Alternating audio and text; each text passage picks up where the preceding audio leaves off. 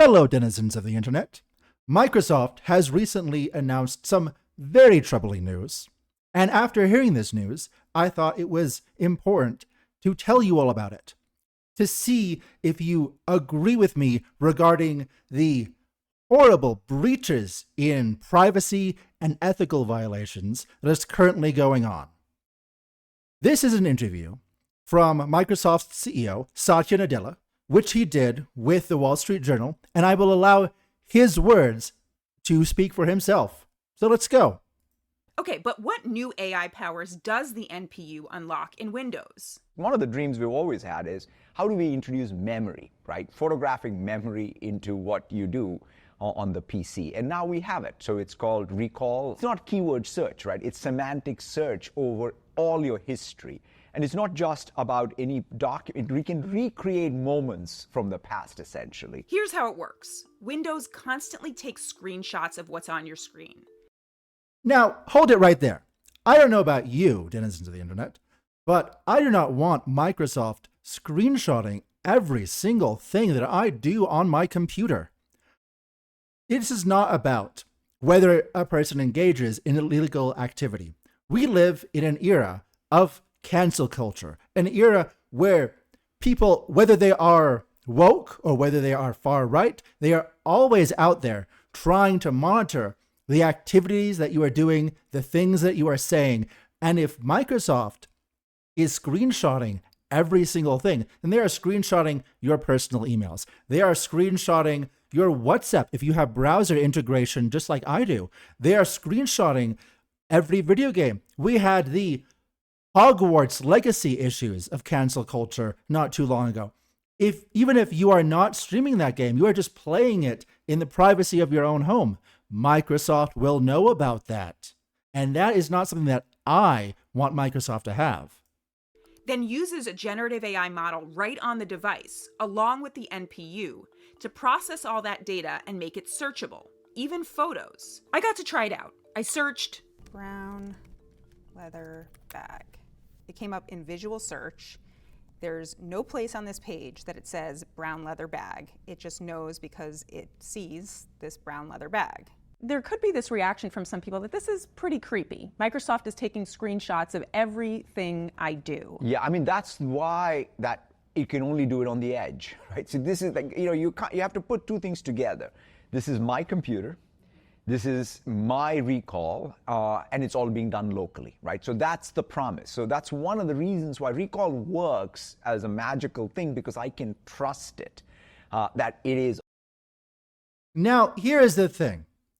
Satya over here, he might be able to trust this AI program called Recall. He might be able to trust Microsoft that he is the CEO of, to control all of his data and see everything he's doing. But can you trust Microsoft? How many instances of anti-competitive behavior have we seen out of Microsoft over the years? How many instances of privacy violations, of workplace violations? There's so many issues that Microsoft has had over the decades. How are we, the consumer, supposed to trust Microsoft with this information? Now, I want to bring you over to a different interview that Satya had. This was also posted today. This is his interview with Bloomberg, and he says some very interesting things in here. For all of this to really work, you've really got to trust your PC with everything about you.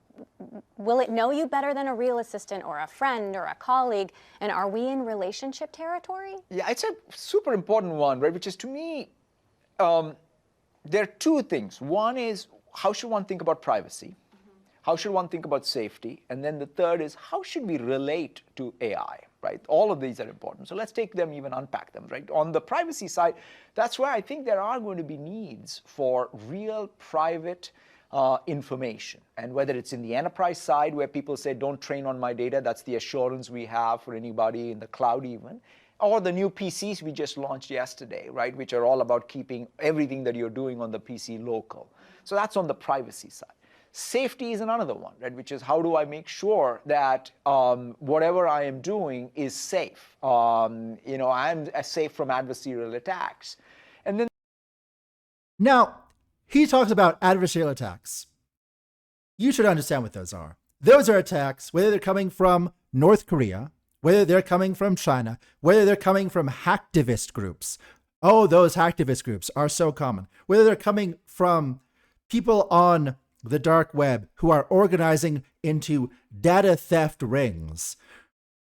These are all different ways that we have seen many, many large companies breached over the years. Sony was breached only a few years ago. So we're talking about how safe is Microsoft from data breaches. If Microsoft is going to be screenshotting every single thing you do, you are no longer worrying about what does Microsoft do with the data. You are also worrying about whether hackers can break into it. And as we have seen from ChatGPT already, it has been wonderful in building malware to assist in attacks. And yes, OpenAI has worked on ways to make it so that hackers cannot get that information. That does not stop hackers from building custom AI bots to help them hack. In our near future, we are going to be seeing hacks that are so much easier to do.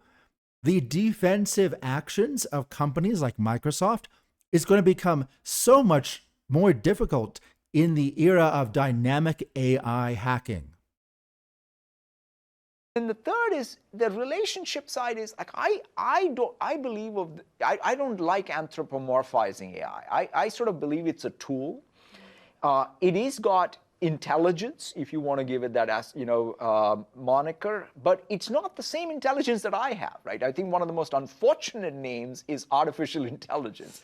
It's a different, I wish we had called it different intelligence even, because I have my intelligence. I don't need any artificial intelligence. I just want my intelligence to compose with this different intelligence so that I have more agency, quite frankly. And this tells you how he thinks about AI and how differently we think about AI. Yes, AI is a wonderful tool. I use AI almost every single day in my work environments. But that is not the way of supplementing my agency. It is a way to supplement my productivity. Agency is the ability to control yourself, the ability to control what you are doing. And in a world where we are having the artificial intelligences controlled by big companies, we already see how the companies need to add certain specific types of political censorship, whether it's coming down from companies that are like the payment processing companies. Payment processing companies are so instrumental to the modern censorship operations, whether it's coming down from financial investors like BlackRock or like Microsoft when they purchased OpenAI. Our agency is not actually going to be increased by AI when the AI is being tailor-made and controlled by these companies. They are going to censor our agency to control the information that we have, and then they're going to hold our information over us to better control our actions and how we interact with not just the tools, but with our jobs, with our social networks. This is what I'm afraid of. So tell me, friends, am I right about Microsoft, what they are doing with their new AI that's going to be screenshotting all of our computers and everything that we're doing? Is this a serious worry, or am I just overblown? Is this not actually going to be a real problem? Let me know down in the comments. If you like this, please like, subscribe, hit the bells, the socials. You know all the YouTube junk. Please do it, and have a wonderful day.